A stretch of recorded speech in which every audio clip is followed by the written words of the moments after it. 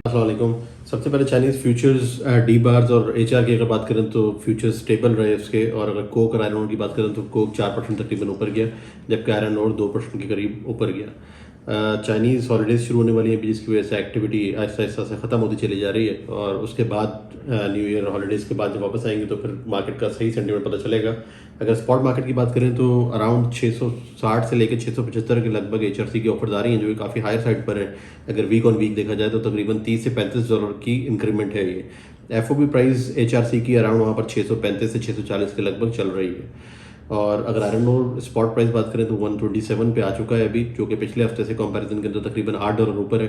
Coking coal की बात करें तो वो स्टेबल है, थोड़ा सा स्लाइटली डाउनवर्ड था, बट फिर से अभी डिमांड आ रही है, वहाँ पे वेदर की प्रॉब्लम्स आ रहे हैं ऑस्ट्रेलिया के अंदर, तो ऐसा फील हो रहा है कि शायद मजीद फर्दर नीचे नहीं जाएगा, यहाँ से फर्दर थोड़ा सा ऊपर जाएगा। 310 के लगभग प्राइस आ रहा है इसका कोकिंग कोल का।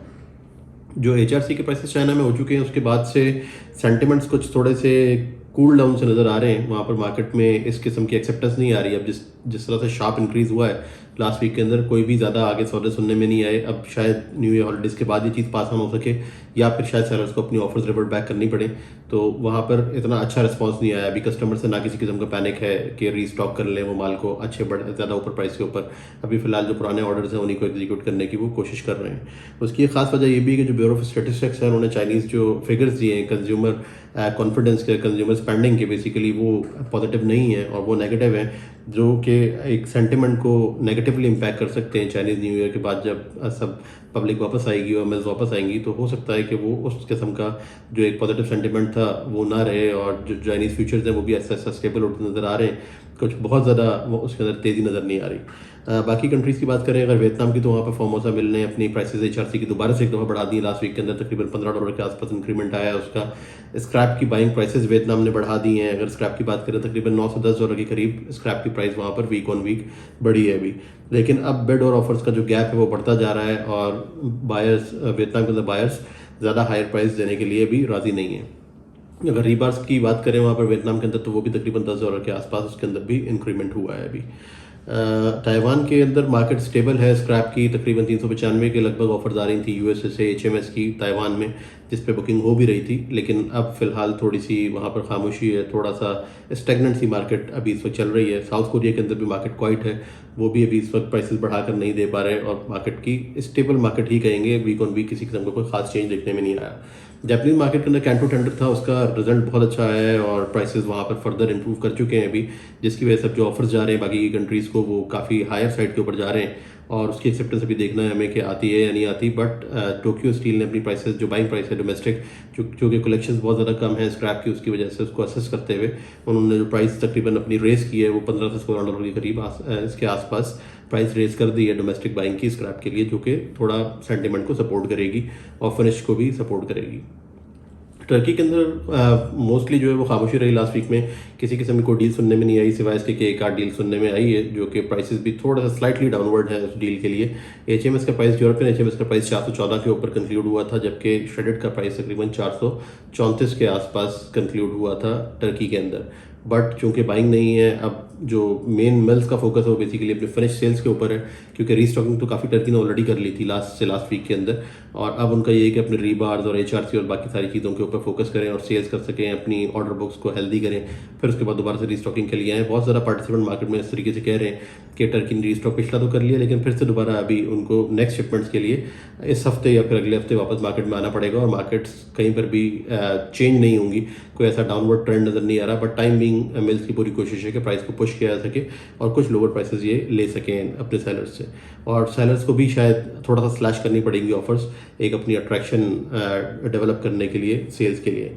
अगर रीबार्स की बात करें तो टर्की के अंदर रीबार का प्राइस अभी इस वक्त अराउंड $720 के आसपास है, जो कि वीक ऑन वीक $15 के आसपास इंक्रीमेंट है प्राइस का इसके अंदर। और फिनिश जो एचआरसी है उसकी प्राइसेस वहाँ पर राइज की है तकरीबन $20 के आसपास, उन्होंने अपनी एचआरसी की प्राइसेस भी बढ़ा दी हैं। ऑल तो एक्सपोर्ट्स के ऑर्डर्स इतने नहीं है, बट डोमेस्टिक मार्केट अच्छा परफॉर्म कर रही है टर्की के अंदर। इन्फ्लेशन भी अभी अंडर कंट्रोल है इस वक्त, और मामलात बेहतरी की तरफ ही जा रहे हैं टर्की में। और होपफुली शायद डिमांड अभी बेहतर हो जाए, फर्दर बेहतर हो जाए।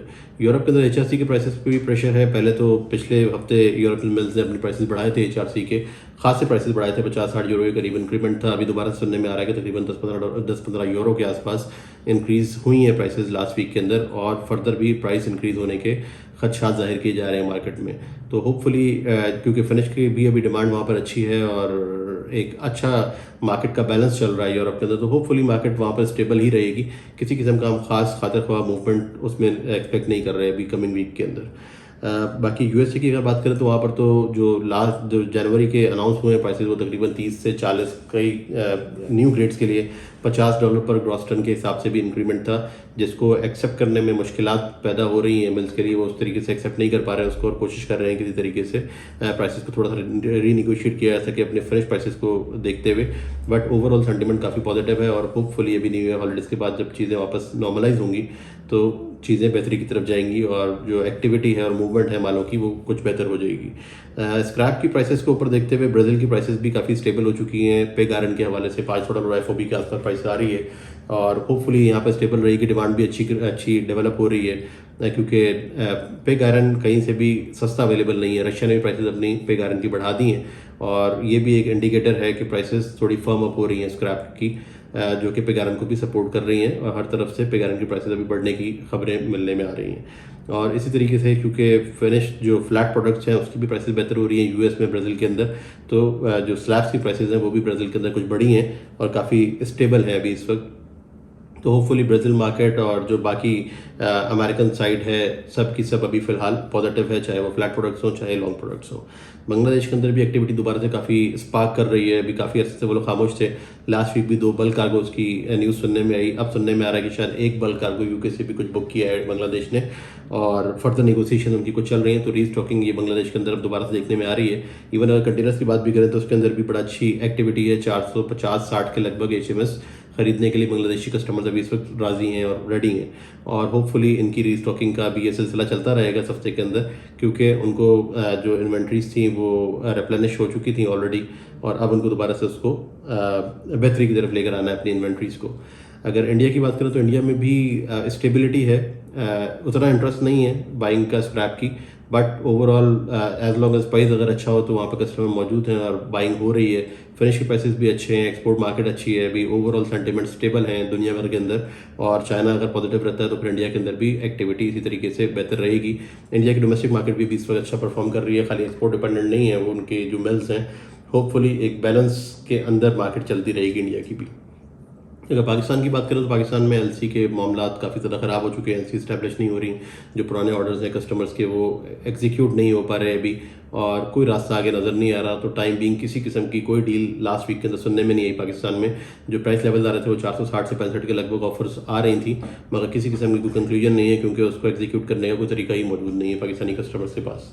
तो हो सकता है कि आगे गैप्स क्रिएट हों और स्क्रैप की शॉर्टेजेस हों और परेशानी पैदा हो मिल्स के लिए, और मोस्ट प्रोबेबली इन शॉर्टेजेस की वजह से अभी जिस तरह से रीबा के प्राइसेस बढ़ रहे हैं इसमें खदशात जाहिर किए जा रहे हैं कि रीबा के प्राइसेस और ज़्यादा फर्दर बढ़ेंगे, अभी ऊपर जाएंगे, और जो कंज्यूमर है उसके लिए काफ़ी ज़्यादा डिस्टर्बेंस का बाइस बनेगी ये चीज़। जो फ्लैट प्रोड्यूसर्स हैं पाकिस्तान के अंदर उन्होंने प्राइसेस बढ़ा दी हैं, BCRC की भी, गैल्वनाइज की भी, और जो लास्ट अनाउंसमेंट हुई वो तकरीबन 10,000 रुपये के करीब इंक्रीमेंट हुआ है इनकी प्राइसेस के अंदर, और रीबा की प्राइसेस भी फर्दर पिछले हफ्ते भी बढ़ी हैं और फर्दर बढ़ने की भी अभी खदशात जाहिर किए जा रहे हैं। तो यही कुछ था अभी तक की अपडेट के लिए। Thank you very much.